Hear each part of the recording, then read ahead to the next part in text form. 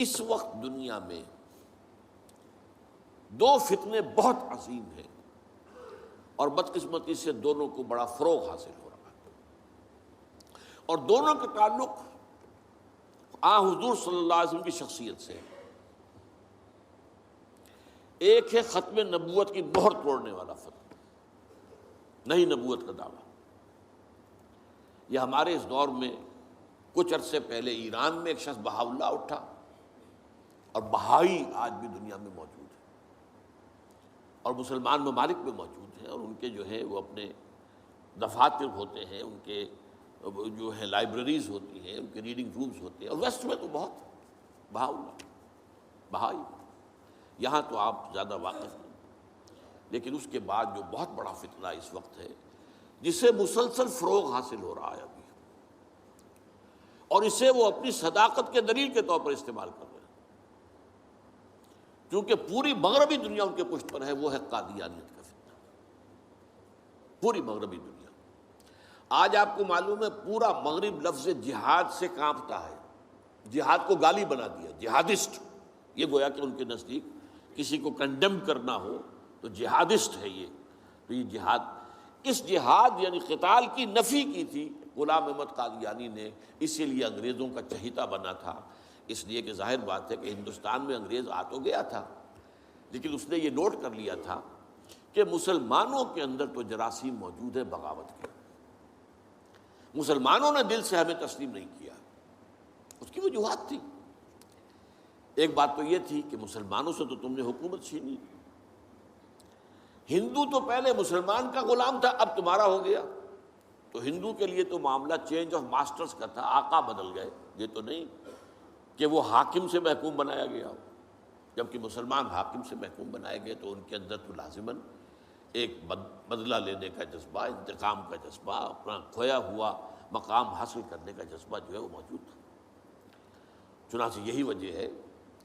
کہ حضرت سید احمد شہید بریلوی رحمۃ اللہ علیہ کی تحریک چلی، اگرچہ بہرحال مشیت ایز تھی اور کچھ ان کی بھی اجتہادی غلطی سے وہ ناکام ہو گئے، دنیاوی اعتبار سے بالا کوٹ میں شہید ہو گئے، لیکن یہ ہے کہ اس نے ایک سور پھونک دیا تھا مسلمانوں کے اندر جہاد کا۔ ان کے بعد بھی طویل عرصے تک اس علاقے کے اندر انگریزوں کے خلاف جو ہے وہ جہاد جاری رہا ہے، مسلسل جاری رہا ہے۔ اور اس کے بعد آپ کو معلوم ہے کتنے ہی علماء تھے جو پھانسی چڑھائے گئے ہیں، جن کو جو ہے کالا پانی بھیجا گیا ہے، کہ علماء نے اس کو جو ہے دارالحرب قرار دے دیا،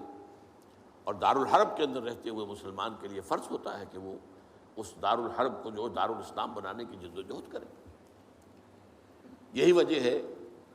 کہ 20ویں صدی کے آغاز تک بھی ہمیں سراغ ملتا ہے وہ ریشمی رومال کی تحریک۔ میرے نزدیک جو 14ویں صدی ہجری کے جو مجدد تھے حضرت شیخ الہند رحمۃ اللہ علیہ اسیر مالٹا، ان کی ریشمی رومال تحریک جو تھی وہ یہی تھی، ایک تدبیر تھی، بہرحال وہ نہیں چلی، ناکام ہو گئی، یہ دوسری بات ہے۔ تدبیر یہ تھی کہ ادھر ترکوں سے کہا جائے اس وقت تک ابھی خلافت عثمانیت باقی تھی، یہ تو 1924 میں ختم ہوئی ہے، اور یہ میں بات کر رہا ہوں 1915 کی، کہ وہاں کسی کو بھیجا جائے کہ ادھر سے ترک جو ہے وہ حملہ آور و افواج آئیں، اور ادھر افغانستان بھیجا جائے کسی کو، وہاں سے افغانستان سے مسلمان حملہ کریں، اور ادھر اندر سے ہم بغاوت کریں تو انگریز کو یہاں سے اٹھا کر پھینک دیں۔ لیکن بات جو تھی، پھر میں کہوں گا مشیت ایسی کا بھی معاملہ ہوتا ہے۔ حضرت شیخ الہند خود گئے تھے ترکی سے مدد لینے کے لیے، پہلے وہاں حجاز گئے، اس لیے کہ حجاز میں ابھی مدینہ منورہ میں ترک گورنر موجود تھا، ابھی جو ہے وہ شریف حسین جو تھا جس نے بغاوت کی تھی ترکوں کے خلاف، مکے پر تو اس کا قبضہ تھا، مدینے پر نہیں تھا، تو وہاں گورنر جو ہے ترکی کے خلافت عثمانیہ کے موجود تھے، ان سے ملاقات کی اور آگے جانے کا فیصلہ بھی تھا۔ لیکن اسی اثناء میں مخبری ہو گئی، اور شریف حسین والی مکہ نے،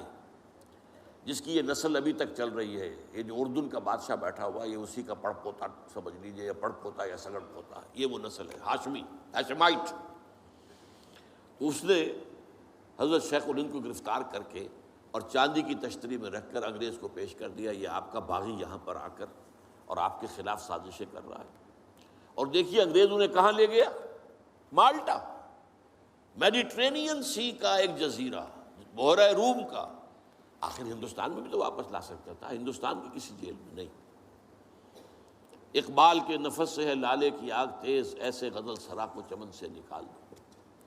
تو وہاں رکھا ہے انہیں 4 سال وہاں پر وہ، اور ٹی وی جو ہے وہ اپنی آخری حد کو پہنچی ہے تو چھوڑا ہے کہ ہماری اگر قید کے اندر یہ انتقال ہو گیا ان کا تو پھر طوفان اٹھ جائے گا۔ تو ایک فتنہ تو یہ ہے جو ختم نبوت کا، چونکہ اس قتال کے خلاف فتویٰ دیا تھا،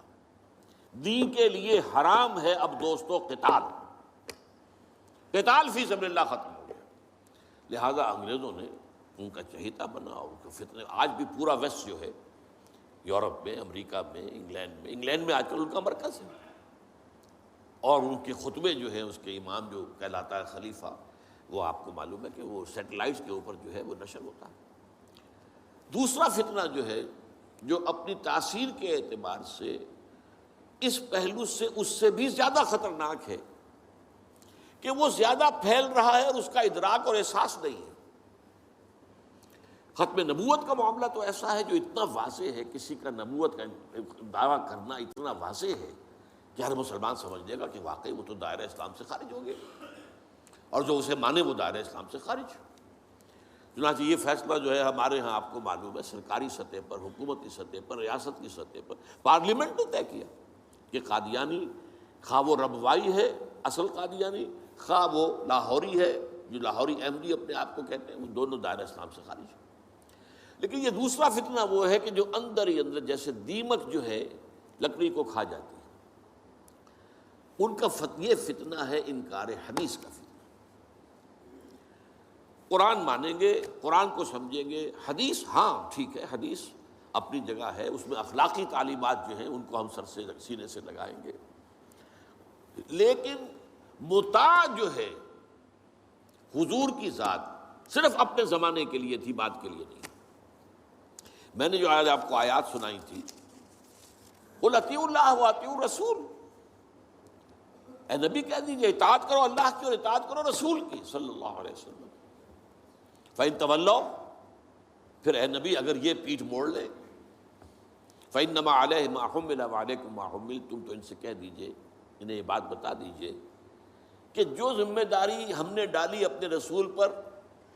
وہ اسی کے مسئول ہوں گے، جو ذمہ داری تم پر پڑی ہے اس کے مسئول تم ہوگے۔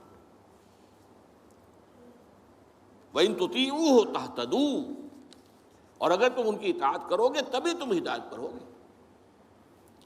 دوسرا سورۃ تغابن کی آیت میں نے آپ کو سنائی تھی، وَأَطِيعُوا اللَّهَ وَأَطِيعُوا الرَّسُولَ فَإِن تَوَلَّيْتُمْ فَإِنَّمَا عَلَىٰ رَسُولِنَا الْبَلَاغُ الْمُبِينُ،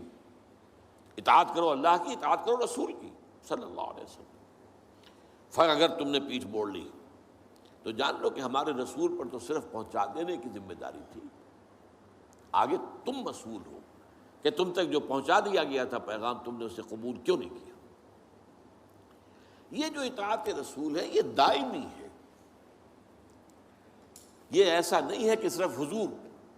اس کے لیے الفاظ استعمال کر دیتے ہیں۔ وہ مرکز ملت اپنے دور میں اپنے زمانے میں مرکز ملت تھے محمد صلی اللہ علیہ وسلم، لہٰذا امیر جماعت کی حیثیت سے، امیر ملت کی حیثیت سے ان کا حکم مانا جانا ضروری تھا۔ لیکن آئندہ تو جو بھی امیر ہوگا، جو بھی مرکز ملت ہوگا، جو بھی حکومت بنے گی، جو بھی مسلمانوں میں حاکم ہوگا، ان کی اطاعت فرض ہے۔ اور یہ فتنہ اس تیزی سے پھیلا ہے، اس تیزی سے پھیلا ہے، اس لیے کہ شریعت کی بہت سی پابندیاں ان لوگوں نے اسی حوالے سے حدیث کو اٹھا کر پھینک دیا۔ پردہ کوئی شے نہیں ہے، کوئی خاص شے نہیں ہے، پردہ جو ہے یہ تو ایک خاص دور کا کلچر تھا بس۔ اب قرآن مجید کی آیات کی جو ہے وہ غلط تعویلیں کر رہے ہیں، ترجمے غلط کر رہے ہیں۔ اب عام آدمی جو ہے، عام جدید تعلیم یافتہ آدمی جو ہے، اسے کہاں عربی کا پتہ ہے، وہ اسے کہاں پتہ چلتا ہے کہ یہ جو آیت کا ترجمہ کیا جا رہا ہے یہ غلط کیا جا رہا ہے، ٹیڑھا کیا جا رہا ہے۔ یہی آیات کے ترجمے میں تحریف قادیانیوں نے کی ہے۔ ان کا ایک عام مبلغ اور ان کے زیر اثر کوئی شخص آئے آپ سے بات کرے، آپ ہکا بکا رہ جائیں گے، وہ آیتوں پر آیتیں پیش کرے گا، لیکن ترجمے اس کے غلط کر رہے ہیں۔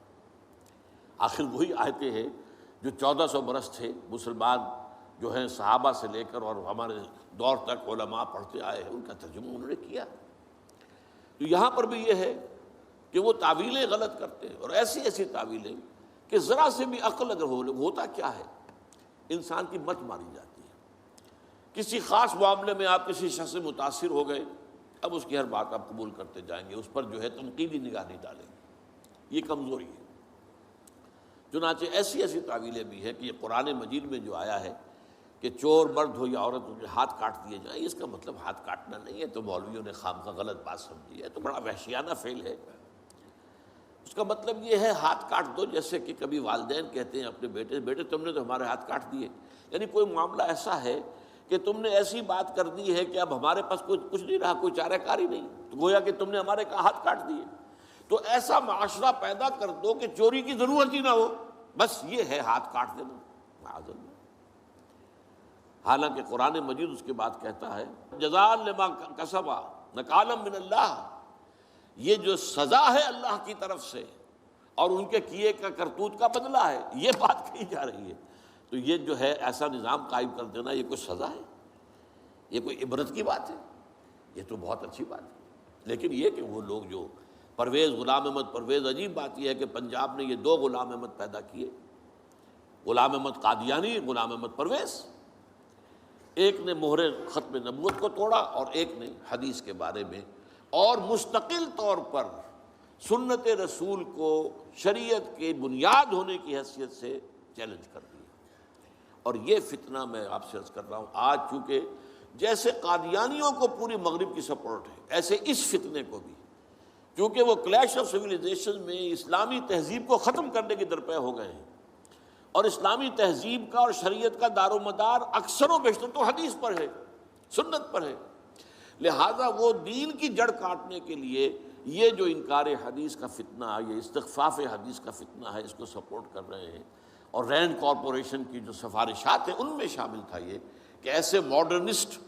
کہ جو اسلام کی ایسی تعبیریں کریں جو ہماری تہذیب کے ساتھ مماثل ہو جائیں، تو ان کو سپورٹ کیا جائے، اور انہیں خاص طور پر الیکٹرانک میڈیا پر انہیں ایکسپوجر دیا جائے، اور آج یہ ہو رہا ہے پاکستان میں بڑے پیمانے پر۔ تو یہ جو ہے اس اعتبار سے آج زیادہ ضرورت ہے کہ ہم حدیث نبوی کا مطالعہ کریں، تاکہ اس کی عظمت جو ہے